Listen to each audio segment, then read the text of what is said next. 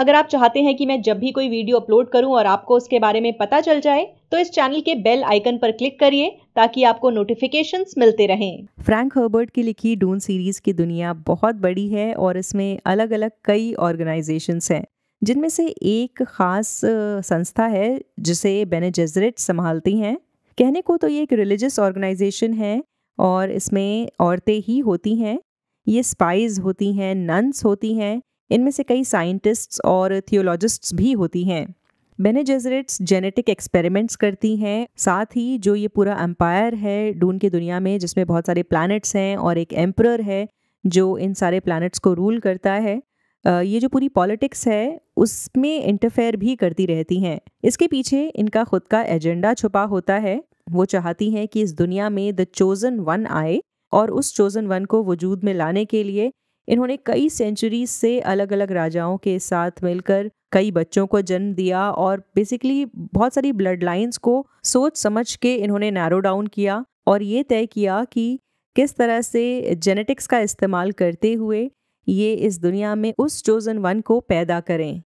किताबों में एक सीन है जिसमें रेवरेंड मदर गायस हेलेन मोहेम किसी से बात कर रही होती हैं और कहती हैं कि जो एंशिएंट स्कूल्स हैं उसके बस दो ही सर्वाइवर्स बचे हैं, एक तो हम यानी बेने जेसरिट और दूसरा spacing guild. Spacing guild navigate करता है बेसिकली एक प्लैनेट से दूसरे प्लैनेट आप किस तरह से जाएंगे, ये भी एक बहुत बड़ा काम है। तो इस दुनिया में स्पेसिंग गिल्ड है जो इन सारी चीज़ों को संभालती है। तो वो गिल्ड के बारे में वो कहती है कि वो एक एंशिएंट स्कूल्स जो बचे हुए हैं दो, उनका हिस्सा है और एक बेने जेसरिट है। तो जो गिल्ड है वो तो प्योर मैथमेटिक्स का इस्तेमाल करता है और उस पर ही जोर देता है, मगर जो बेने जेसरिट्स हैं उनके सीखने सिखाने का सबसे इम्पॉर्टेंट हिस्सा है पॉलिटिक्स। यानी अगर कोई बेने जेसरिट बनता है तो उसे पॉलिटिक्स की तहों से रूबरू करवाया जाता है। तो बेने जेसरिट्स करती क्या हैं? ये एक स्कूल है जहाँ पर अलग अलग लड़कियों को ट्रेन किया जाता है और ये जो लड़कियाँ हैं ये बड़े बड़े हाउसेस से आती हैं, यानी बड़े बड़े घरानों से ताल्लुक़ रखती हैं और चूज़ करती हैं बेने जेसरिट बनना। सदियों से बेने जेसरिट का जो स्कूल है वो इन लड़कियों को ट्रेन करता है पॉलिटिक्स में, इम्पीरियल पॉलिटिक्स में, और इसके अलावा उन्हें सच और झूठ के बीच फ़र्क करना भी सिखाता है, उनकी पावर्स को भी इन्हांस करता है और उन्हें मैनिपुलेशन में भी सुपर्ब बना देता है। ये एक तरह का ब्रीडिंग प्रोग्राम रन करते हैं और ये जो लड़कियां हैं इन्हें अलग अलग हाउसेस में भेजा जाता है और वो ब्रीड करती हैं बेसिकली उस परिवार के लिए एक बच्चा। कई सारे ऐसे ड्यूक्स होते हैं या राजा महाराजा होते हैं जो अपनी बेने जेसरिट से शादी भी कर लेते हैं, बट ज़रूरी नहीं है कि ऐसा हो। कई बार जो बेने जेसरिट्स हैं वो मिस्ट्रेस बनकर रहती हैं राजा के साथ और ये बहुत ही पॉलिटिकल रिलेशन होता है जहाँ पर राजा को भी पता होता है, यानी ड्यूक को भी पता होता है कि इस लेडी का मेरी दुनिया में आने का मकसद ये है कि इससे मेरा एक बच्चा पैदा होगा और वो आगे रूल करेगा। आमतौर पे बेने जेसरिट्स जो हैं वो बेटियों को ही जन्म देती हैं, उन्हें ऑर्डर दिया जाता है ऐसा करने का, लेकिन जो लेडी जेसिका है वो अपने ऑर्डर्स के ख़िलाफ़ गई और एक बेटे को जन्म दिया। इसकी वजह ये थी कि वो लेटो को बहुत चाहती थी और लेटो की ख्वाहिश थी कि उसका एक बेटा पैदा हो। वैसे साइंटिफिक दुनिया में तो बच्चा लड़का होगा या लड़की, ये लड़की के हाथ में नहीं होता, उसका कंट्रोल नहीं होता इस पर, मगर बेने जेसरिट्स क्योंकि पावरफुल हैं, उनके पास बहुत सारी एबिलिटीज़ हैं, तो वो इस चीज़ पर कंट्रोल कर सकती है और जानबूझकर एक बेटे को जन्म देती है। जेसिका को इस बात के लिए डांट भी लगाई जाती है कि उसने ऐसा क्यों किया और जो प्लानिंग थी उसके हिसाब से उसे चलना चाहिए था और हाउस एट्रेडिस में एक लड़की पैदा करनी चाहिए थी। मगर जेसिका को इस बात पर यकीन है कि उसका जो बेटा है वो उस प्रोफेसी को पूरा करेगा जिसका इतने सालों से बेने जेसरिट्स इंतज़ार कर रहे हैं, और उसका बेटा ही द वन है। जिस चोजन वन की बार बार डून फिल्म में बात होती है उसे क्वीसार्ट्स हदराग भी कहा जाता है, और ये वर्ड मुझे काफ़ी कंफ्यूज कर रहा था जब मैं इस किताब को पढ़ रही थी तभी भी, क्योंकि मुझे समझ में नहीं आ रहा था इसे प्रोनाउंस कैसे करूं अपने दिमाग में। और अभी मैंने बाकायदा सर्च किया है कि इसे प्रोनाउंस कैसे करना है। क्वीसार्ट्स हदराग कहते हैं इसे, और इसका मतलब है चोजन वन, और पॉल के बारे में माना जाता है कि हो सकता है वो क्वीसार्ट्स हदराग हो। बेने जेसरिट्स का मानना है कि ये क्वीसार्ट्स हदराग ऐसा शख्स होगा जो हर जगह पर एक साथ मौजूद हो सकेगा, मतलब उसके पास इतनी पावर्स होंगी कि उसे पता होगा कि कब कहाँ क्या हो रहा है। और इसकी इमेज कुछ मसाया की तरह बनाई गई है। किताबों में इसे सुपर बीइंग भी कहा जाता है। बेने जेजरिट्स चाहती हैं कि अपने इस पुराने ब्रीडिंग प्रोग्राम के ज़रिए ये क्वीसार्ड्स हदराक तक पहुँचें, यानी द चोज़न वन तक पहुँचें। बेने जेजरिट्स के प्लान के हिसाब से लेटो एट्रेडिस के घर पर एक बेटी पैदा होनी चाहिए थी, जिसकी आगे चलकर शादी होती फायद रॉथा हार्कनन से। ये कैरेक्टर बुक में मौजूद है। ये बैरन हार्कनन का सबसे छोटा नेफ्यू है और उसका एयर भी है। बेने जेजरिट्स के हिसाब से लेटो की बेटी फायद के साथ शादी करती और उनका बच्चा पैदा होता और वो चोज़न वन होता। लेकिन जेसिका ने इस प्लान को मिट्टी में मिला दिया और उसने लेटो के यहाँ पर बेटी पैदा करने की जगह पॉल को जन्म दिया। जेसिका ने बचपन से ही पॉल को ट्रेन भी किया और उसे लगता था कि पॉल के पास इतनी पावर्स हैं कि वो चोज़न वन हो सकता है। पॉल जेसिका का बेटा है तो जेसिका ऑब्वियसली उसके लिए बायस्ड हो सकती है और उसकी पावर्स के बारे में ज़्यादा अज्यूम कर सकती है कि वो बहुत ताकतवर है। लेकिन ये बात सच साबित होगी या नहीं, ये फिल्मों में हमें आगे पता चलेगा। किताबों में आगे और क्या होता है मैं सब कुछ रिवील नहीं कर सकती हूँ। बेसिकली बेने जेजरिट्स के हिसाब से एट्रेडिस फैमिली में क्विसार्ड्स हदराक पैदा होना तो था, लेकिन वो एक जनरेशन पहले पैदा हो गया जब जेसिका ने पॉल को जन्म दिया। बेने जेजरिट्स के हिसाब से ये नहीं होना चाहिए था।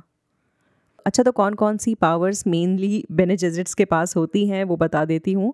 एक तो ये कि ये जब किसी भी खाने को खाती हैं तो ये बता सकती हैं कि एग्जैक्टली उस खाने में कौन कौन से इंग्रेडिएंट्स हैं। तो ये कोई ऐसा नहीं कि महान कुक हैं या फिर कोई मास्टर शेफ़ का एपिसोड चल रहा होता है, लेकिन ये उसके केमिकल कॉम्पोजिशन तक जा सकती हैं किसी भी चीज़ को टेस्ट करके कि उसका केमिकल कॉम्पोजिशन क्या है। इसके अलावा बेने जेजरिट्स का जो मेटाबॉलिज्म होता है वो ऐसा होता है कि पॉइजन्स उन्हें नुकसान नहीं कर पाते और उनकी बॉडी पॉइजन्स के अगेंस्ट काम करती है और उससे लड़ लेती है, निपट लेती है और नुकसान नहीं पहुंचाने देती उस बेने जेजरिट को। एक और बहुत इम्पॉर्टेंट तकनीक आती है बेने जेजरिट्स को कि वो अपनी बॉडी के टेम्परेचर को, ब्लड फ्लो को, heart rate, level of consciousness, इन सारी चीज़ों को कंट्रोल कर सकते हैं। तो ऐसे में अगर वो हार्श एनवायरनमेंट में हों और ऐसी जगह पर हों जहाँ पर उनके कंफर्ट की चीज़ें अवेलेबल नहीं हैं, तो भी वो इन सारी चीज़ों को कंट्रोल करते हुए, बेसिकली अपनी बॉडी को कंट्रोल करते हुए कंफर्टेबल रह सकती हैं। बेने जेजरिट्स के साथ ऐसा नहीं है कि सिर्फ उनके पास माइंड की पावर है, बल्कि वो मार्शल आर्ट्स में भी ट्रेंड होती हैं और अपनी फाइटिंग एबिलिटीज़ का इस्तेमाल करते हुए किसी का भी काम आसानी से तमाम कर सकती हैं। कहा जाता है कि जो बेने जेजरिट्स की कॉम्बैट टेक्निक्स है, अटैक स्पीड है, उसका सामना सिर्फ जो एम्परर के सारदुकार्स हैं, यानी उनके जो गार्ड्स हैं, वो कर सकते हैं। बेने जेजरिट्स के पास एक और पावर होती है, वो है उनकी आवाज़।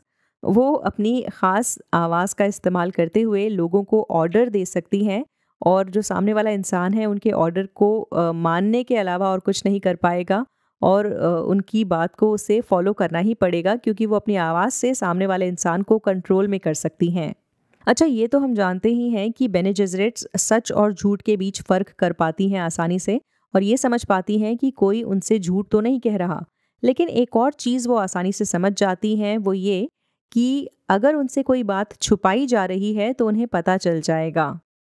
इसका एक सीन भी है किताब में, जब डॉक्टर यूई से लेडी जेसिका बात कर रही होती हैं और डॉक्टर यूई जो है वो ट्रेटर होता है और वो गद्दारी करने वाला होता है हाउस एट्रेडिस के साथ, और जेसिका को समझ में आ जाता है कि डॉक्टर यूई उससे कोई बात तो छुपा रहा है। और वो पूरा कॉन्वर्जेशन जो है वो काफ़ी स्ट्रेटिजिक सा लगता है, इमोशनल भी होता है, क्योंकि डॉक्टर यूई जेसिका के एक तरह से दोस्त होते हैं, उनके फैमिली डॉक्टर होते हैं और वो गद्दारी करने वाले होते हैं। जेसिका उनसे बातचीत के ज़रिए ये पता लगाने की कोशिश करती है कि वो उससे क्या छुपा रहे हैं और बाद में ये सोच के तसल्ली कर लेती है कि वो अपने गिल्ट को छुपा रहे हैं। किताबों में डॉक्टर यूई जेसिका से बात करते हैं और अपनी पत्नी का जब भी नाम लेते हैं तो उनकी आवाज़ से उसे समझ में आ जाता है कि किसी तरह का गिल्ट उनके अंदर है और वो कोई बात तो छुपा रहे हैं। पता चलता है कि उनकी जो पत्नी है वो एम्परर के कब्ज़े में है और उसे ऑर्डर दिया गया है कि वो गद्दारी करे हाउस एट्रेडिस के साथ, तभी उसकी पत्नी की जान बख्शी जाएगी। और वो अपनी पत्नी से जुड़ी कौन सी बात छुपा रहे हैं, लेकिन इस बात को वो सही टाइम पे फिगर आउट नहीं कर पाती। बेसिकली उसका जो भरोसा है डॉक्टर यूई के लिए वो उसके विजन को एक तरह से ढक देता है। बेने जेसरिट्स के पास एक और बहुत बड़ी ताकत है, वो ये कि वो अपनी फर्टिलिटी को कंट्रोल कर सकती हैं और ये चूज़ कर सकती हैं कि कब प्रेग्नेंट होना है और कब नहीं होना है, और जो होने वाला बच्चा है उसका जेंडर क्या होगा। ये सारी चीज़ों को प्लान करके वो बेसिकली बेने जेसरिट का जो ब्रीडिंग प्रोग्राम है उसे आगे बढ़ाती हैं। बेसिकली इस ऑर्गेनाइजेशन ने जो उस पर्टिकुलर बेने जेसरिट को कहा है वो वही करती है। ओके, आई होप आपको ये वीडियो अच्छा लगा हो और मुझसे कोई बात मिस ना हुई हो। अगर कुछ छूट गया है और आप इस बारे में जानते हैं तो प्लीज़ मुझे कमेंट्स के ज़रिए ज़रूर बताइए और इस वीडियो को लाइक कर दीजिए। चलिए बाय। वॉच रोज को सपोर्ट करने के लिए आप डिस्क्रिप्शन में दिए गए लिंक को यूज करें। आप जब भी ऑनलाइन शॉपिंग करें मेरे दिए गए लिंक के जरिए शॉपिंग साइट पर जाएं। आपको ज्यादा कुछ नहीं करना, बस Amazon की वेबसाइट या ऐप को डायरेक्टली ना खोलें, मेरे दिए गए लिंक के जरिए ओपन करें। इस लिंक के थ्रू आप जब भी शॉपिंग करेंगे तो उससे मुझे कमीशन मिलेगा। आपके सपोर्ट से मैं अपने चैनल के लिए फुल टाइम काम कर सकूंगी और दूसरा काम नहीं करना पड़ेगा, जिसका मतलब यह हुआ ज्यादा वीडियोस। एक मिनट, अभी कहाँ जा रहे हैं? अभी इस वीडियो को लाइक करना है, अपने दोस्तों के साथ शेयर करना है और अगर मन में कुछ विचार आए हैं तो वो भी कमेंट के जरिए बताने हैं।